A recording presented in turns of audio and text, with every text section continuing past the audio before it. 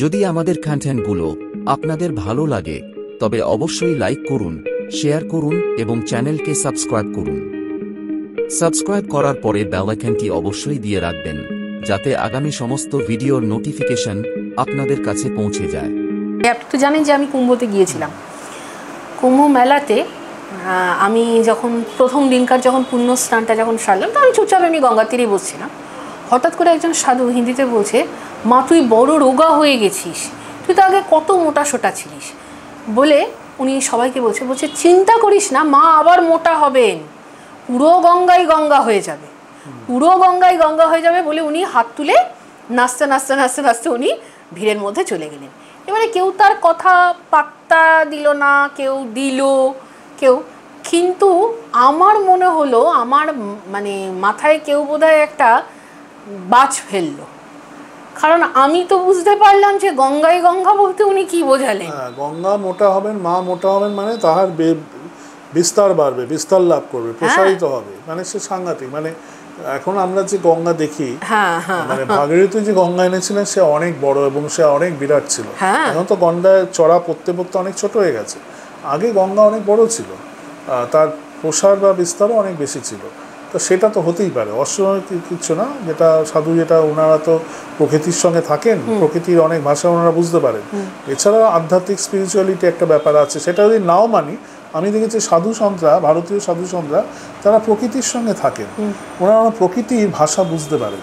আমি যদি তার স্পিরিচুয়াল দিকটা নাও বলি, প্রকৃতিকে পর্যবেক্ষণ করার জন্য আমাদের সাধু মানে সমাজে, আমাদের ঋষি সমাজে তাদের একটা অন্যরকম ট্রেনিং দেওয়া হয় এবং তারা সেই ট্রেনিংগুলো তারা প্রাপ্ত হন। সেই জন্য ওনারা মাটির সুখে বলতে পারেন এখানে কি আছেন, ওনারা এখানে কিছুক্ষণ থেকেই বুঝতে পারেন এখানে কালকে বৃষ্টি বা ঝড় হতে পারে, ওরা পারে। মানে এগুলো সাধু সন্তরা তো পারে। আমাদের বাপ ঠাকুর দাদা পুরনো তারা কিন্তু বলতো, এই আজকে বিকালে ঈশান কোণে দেখছি মেঘ, ঝড় আসবে।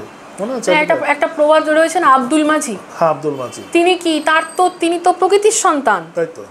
হ্যাঁ, প্রকৃতিকে দেখে উনি বলে দিতেন, মানে বলা হতো উনি এতটাই ভালো আবহাওয়া দেখতে পারতেন, উনি একদম আকাশ দেখে বলে দিতেন যে আজকে রোদ ঝলমল, তাতে কি হয়েছে, বিকেলে ঝড় আসবো, আসতো। ঠিক ঠিক ঠিক। কারণ এইগুলো, এই প্রকৃতিকে যারা পর্যবেক্ষণ করে তারা এগুলো বুঝতে পারে। তা বিজ্ঞানীরা তো তাই, তাদের কাজ হচ্ছে পর্যবেক্ষণ করা। এখন প্রসঙ্গক্রমে এই যে এখন এই কিছু লোক, কিছু অর্বাচীন যারা এই গ্রেটার বাংলা, এই তারপরে কি দারুল ইসলাম, গজাই হিন্দ, এইসব যারা ভাবছেন, তারা তো জানেন না যে অ্যাকচুয়ালি অদূর ভবিষ্যতে তাদের গজাই হিন্দ, গ্রেটার বাংলা সমুদ্রের তলায় হবে। এখন যদি তারা আন্ডারসি সিটি বা সেই রকম এম্পায়ারের কথা ভেবে থাকেন, ওই যে আমরা সব হলিউড সব সাইফাই মানে সায়েন্স ফিকশন না, ওয়াটার ওয়ার্ল্ড বা জলের নিচে পুরো সিটি, এরকম করতে, মানে কুমির, হাঙর, শার্ক, অক্টোপাস, এদের নিয়ে ওনারা যদি এখন একটা গ্রেটার বাংলা করতে চান, করতে পারেন। মানে এটা করতে, এটা তো বেশ কয়েক মাস আগে একজন আমাদের প্রতিবেশী দেশের একজন ভদ্রলোক, আমি শুনেছিলাম তিনি সেনাবাহিনীতেও ছিলেন, তিনি, আমার মনে হয় উনি একটু উত্তেজিত হয়েই কথাটা বলেছিলেন যে 4 দিনে আমরা কলকাতা দখল করে নেব। 4 দিনে কলকাতা দখল করবেন কি না তা তো তর্ক বিতর্কের বিষয়। 7 সিস্টার্স দখল, যেটা কিনা মোহাম্মদ ইউনুস সেটা গিয়ে বললেন চীনে যে 7 সিস্টার্স চট্টগ্রাম দিয়ে, সমুদ্র দিয়ে 7 সিস্টার্স সমুদ্র পায় না, যেটা উনি বলেছেন। তো সেই সব প্ল্যানগুলো পরে হবে। যদি 8 পয়েন্টের একটা ভূমিকম্প হয়, 4 দিন ছাড়ুন, 4 মিনিটও লাগবে না। হ্যাঁ, মানে 4 দিন অনেক দূরের ব্যাপার। মোহাম্মদ ইউনুস ফ্রান্সে ফিরে যাওয়ার জন্য প্লেনটা টেক অফ করার সময় পাবেন না। তার আগে দেখা গেল ফ্রান্সটাই তো থাকবেন, উনি যাবেন কোথায়? ওনাকে এদেরকে, হ্যাঁ 4 ঘন্টা না 8 ঘন্টা কারা বলেছে তাদের, হ্যাঁ ভালো সাঁতার জানলে চেষ্টা করতে হবে 4 ঘন্টায় সাঁতরে যদি আছেন, ভারতই বাঁচাবে, ওনাদের তো আর কেউ বাঁচাবে না। বর্বরজাতকে ভারতরাই রক্ষা করে। হ্যাঁ, এই যে শ্রীলঙ্কা এক সময় এত উৎপাত করেছিল ভারতের সঙ্গে, 2 দিন বাদে দেউলিয়া হয়ে গেল, ভারতই খাওয়ার টাওয়ার দিল, তাদের বাঁচালো, নাহলে এই দেশটা তো শেষ হয়ে গেছিলো, একটা লোকও বাঁচত না। আফগানিস্তান, এই তালিবান এক সময় পাকিস্তানের জঙ্গি ক্রিয়াকলাপে তারা দিত, ওসামা বিন লাদেন সেখানে আসত, সেই আফগানিস্তান এখন ভারত মাতা কি জয় বলছে। এইগুলো বাংলাদেশও করবে। ওই হীরক রাজার দেশে সিনেমাটা মনে আছে তো, লাস্ট সিনটা, ওই যারা বিরোধিতা করেছিল তারাই লাস্টে বলেছিল দড়ি ধরে মারো টান রাজা হবে কানকার। তো ওই মোহাম্মদ ইউনুসও এরপরে দেখবেন উনি তাই করবেন। মানে যখন দেখবেন ওনার পাতলুন সমুদ্রের তলায় ডুবে যাচ্ছে, পাতলুন আর খুঁজে পাওয়া যাচ্ছে না, লুঙ্গিও খুঁজে পাওয়া যাচ্ছে না, লুঙ্গি পরার সময় পাবেন না, তখন সমুদ্রে সাঁতার কাটতে কাটতে ওনাকে ভারতের কোনো উপকূলে আসতে হবে, ভারতের কাছে ভিক্ষাভাণ্ড নিয়ে। তাই সাধারণত ভিক্ষাভাণ্ড নিয়েই থাকেন ওনারা, ভিক্ষা করেই তো, ভিক্ষাবৃত্তি করে ওনাদের দেশ চলে।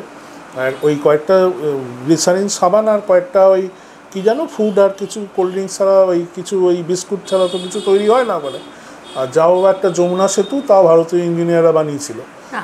সেটা হচ্ছে মোহাম্মদ ইউনূস একজন নোবেল লরিয়েট, তিনি আমাদের আপনাদের চাইতে অনেক বেশি শিক্ষিত।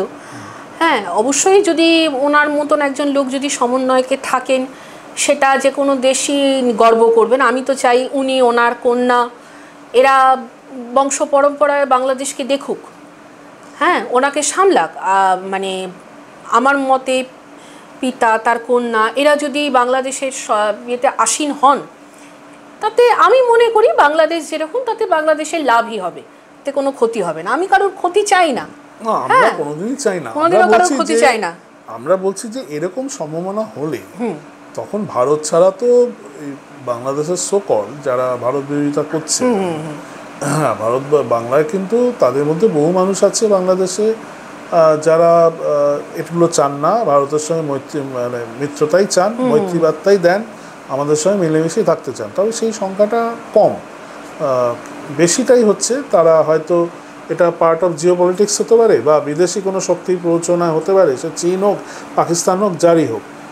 তাদের ধারণা ভারত আমাদের শত্রু, ভারতকে আমরা সেভেন সিস্টার কেড়ে নেবো, ওই কেড়ে নেবো, সেই কেড়ে নেবো, এসব বলে। আসলে এই মায়ানমারে ভূমিকম্প হয়েছিল, আমি শুনেছি তাতে নাকি বাংলাদেশে কয়েক হাজার লুঙ্গি আর খুঁজে পাওয়া যায়নি পরের দিন রাত্রিবেলা, কোথায় হারিয়ে গেছিলো কেউ জানে না। হ্যাঁ, তা শুধু মায়ানমারে কেঁপেছিল, তার একটু শক হয়ে এসেছিলো। আর যদি বাংলাদেশে এটা হয়, তাহলে যে কোথায় যাবে, কে কোথায় যাবে, তখন তো সে ভারতকেই প্লেন নিয়ে পাঠাতে, তাদেরকে ওই প্লেন থেকে সত্যি কথা বলতে তখন ভারতও ব্যস্ত থাকবে, কারণ বাংলাদেশে ভূমিকম্প হলে ভূমিকম্প তো আর সীমানা মানবে না, কলকাতাও যাবে। এবং কলকাতা যারা এইসব ভাবছে যে দখল করে আমরা নিয়েছি অলরেডি, হ্যাঁ, এর কদিন বাদে এটাও তো আমাদের গজাই হিন্দের এটা রাজধানী হবে, তারাও জানে না যে হ্যাঁ হবে, নিশ্চয়ই হবে, কেন হবে না। ওই যে বললাম, সমুদ্রের তলায় কুমির, হাঙর, অক্টোপাস, তাদের সাথে হবে।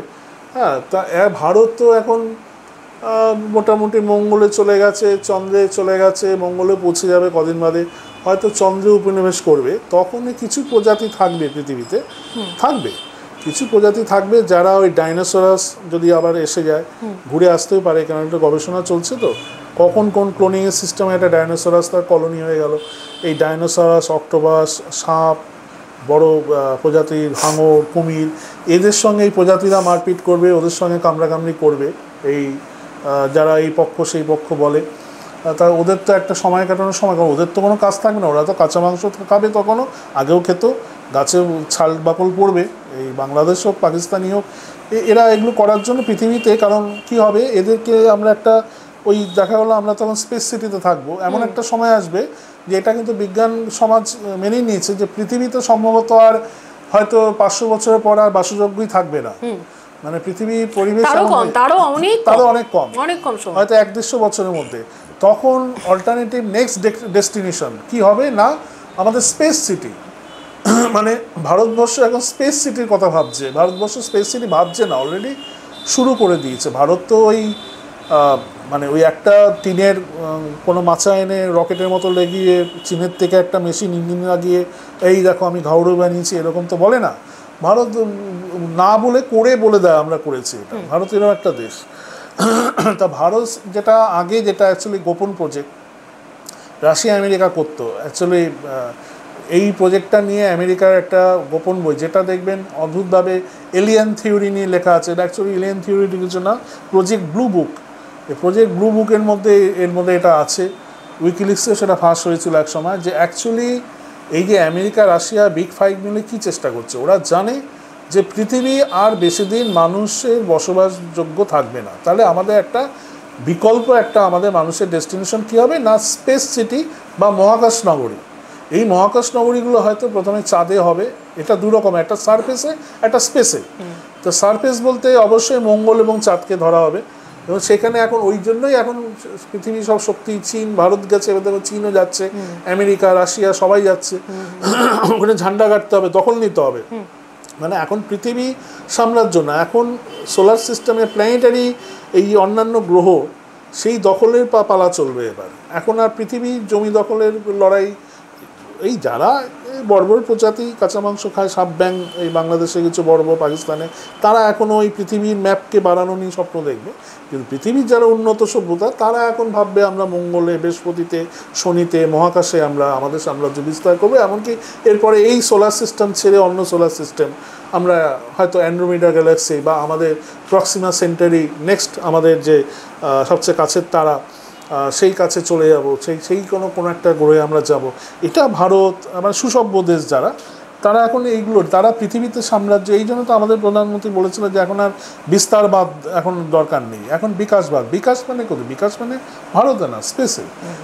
ভারতের যা বিকাশ বা যা হচ্ছে সেটা আমরা সবাই সহমত না থাকতে পারি, কিন্তু এটা আপনাকে মানতে হবে যে এমন দিন আসছে, বর্তমানে আপনি আপনার ভবিষ্য মালিকা হিসাবেই বলুন, জিওপলিটিক্যাল তাদের চিন্তাধারা বলুন, বা ভূতাত্ত্বিকদের মত অনুযায়ী পৃথিবীর যা কন্ডিশন হচ্ছে, মানে যা লোক সংখ্যা, হ্যাঁ এখন সমস্যা হচ্ছে লোক সংখ্যা এমন একটা জায়গায় যাচ্ছে, এর জন্য মাঝে মাঝে একটু যুদ্ধ ধ্বংসের প্রয়োজন আছে, বই কি প্রকৃতি এটা ব্যালেন্স করে নেয়। হ্যাঁ, আপনি খুব ভালো একটা কথা টপিক তুললেন যে লোক সংখ্যা।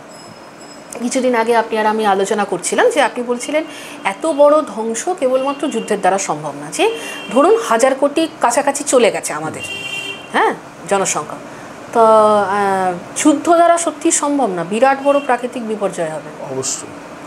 এবং মানে গোটা পৃথিবীর যে ভূখণ্ড, যে মানচিত্র, সেটা সম্পূর্ণভাবে বদলে যাবে। এবং আপনি যদি বলেন যে ভবিষ্য মালিকাতে বাংলা এবং বাংলাদেশ, দেখুন ভবিষ্য মালিকা যখন লেখা হয়েছিল সেটা প্রায় 600 বছর আগে, তখন তো বাংলাদেশ বলে কোনো দেশ ছিল না, এটা তো আপনারাও মানেন। হ্যাঁ, তো সেই সময়তে দাঁড়িয়ে ভবিষ্য মালিকা কিন্তু এটা লিখেছিল যে এরম একটা দেশ গঠন হবে এবং সেইখানে ওরম ধর্মের মানুষরাই সংখ্যাগরিষ্ঠ হবে এবং সেই ধর্মের মানুষরা যে দেশটা তৈরি করবে সেই দেশের ভবিষ্যৎটা কী, কীভাবে গঠন হবে সেটা মিলে গেছে। এবং সেই দেশের যে ভবিষ্যৎ দাদা যেটা লেখা রয়েছে, অতি অবশ্যই যেটুকু ভাগ আমাদের দিকে পড়েছে, মানে যেটাকে আমরা পশ্চিমবঙ্গ রাজ্য বলি, ভবিষ্যৎ খুব খারাপ। এবং না, যুদ্ধ না, আমরা সেসবও প্রাকৃতিকভাবেই, এবং সেই হিন্টটা কিন্তু অলরেডি সায়েন্টিস্টরা দিতে শুরু করে দিয়েছে। তাই জন্য এই হিন্টকে অগ্রাহ্য করা, মানে পালিয়ে বাঁচার রাস্তা পাওয়া যাবে না।